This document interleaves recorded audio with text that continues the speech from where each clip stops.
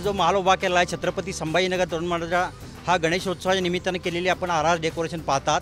श्री गणेशाची मूर्ती पण आपण पाहिलेली आहेत, जी सोन्या चांदीच्या दागिन्यांनी पूर्णपणे मढलेली आहे। सर्वसाधारणपणे 70 वर्षापासून या गणपती या ठिकाणी स्थापना होते। या गणपतीचं खास वैशिष्ट्य म्हणजे हा गणपती पूर्णपणे पर्यावरणपूरक, पूर्णपणे नदीत विरघळणारा शाडूपासून बनवलेली सुबक सुंदर देखणी मूर्ती आपण या ठिकाणी पाहतात। सन 2002 पासून आजपर्यंत जवळजवळ 23 वर्ष झाले आम्ही या ठिकाणी कोणत्याही प्रकारची वर्गणी मागत नाही।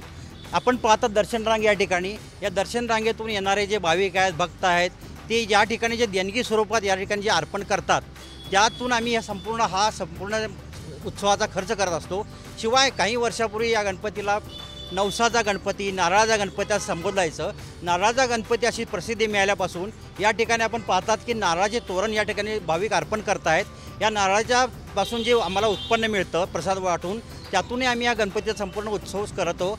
आता आम्ही नित्यनेमाने राबवणारे उपक्रम म्हटला तर दरवर्षी आम्ही रोप वाटिका या ठिकाणी रोप वाटप करतो। हजारो लोकांना आम्ही रोप देतो, त्याचं संवर्धन करा म्हणून सांगतो। कित्येक वर्षाला आम्ही या ठिकाणी रक्तदान शिबिर घेतो। याशिवाय जी लोककला आता लोप पावत चाललेल्या आहेत, भजनं असेल, शाहिरी पोवाड असेल, धनगरी ओव्या असेल, ह्या लोकांना प्रोत्साहन देण्यासाठी आम्ही सलग 10 दिवस हे व्यासपीठ पाहतात आपण। या व्यासपीठावर रोज संध्याकाळी भजनाचे कार्यक्रम, लोककलेचे जे कार्यक्रम आहेत, सांस्कृतिक कार्यक्रम, हे आम्ही या ठिकाणी सादर करतो।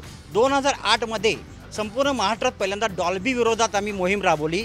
त्यासाठी आम्ही संपूर्ण मिरवणूक यात्रेमध्ये प्रबोधनपर पत्रके वाटली।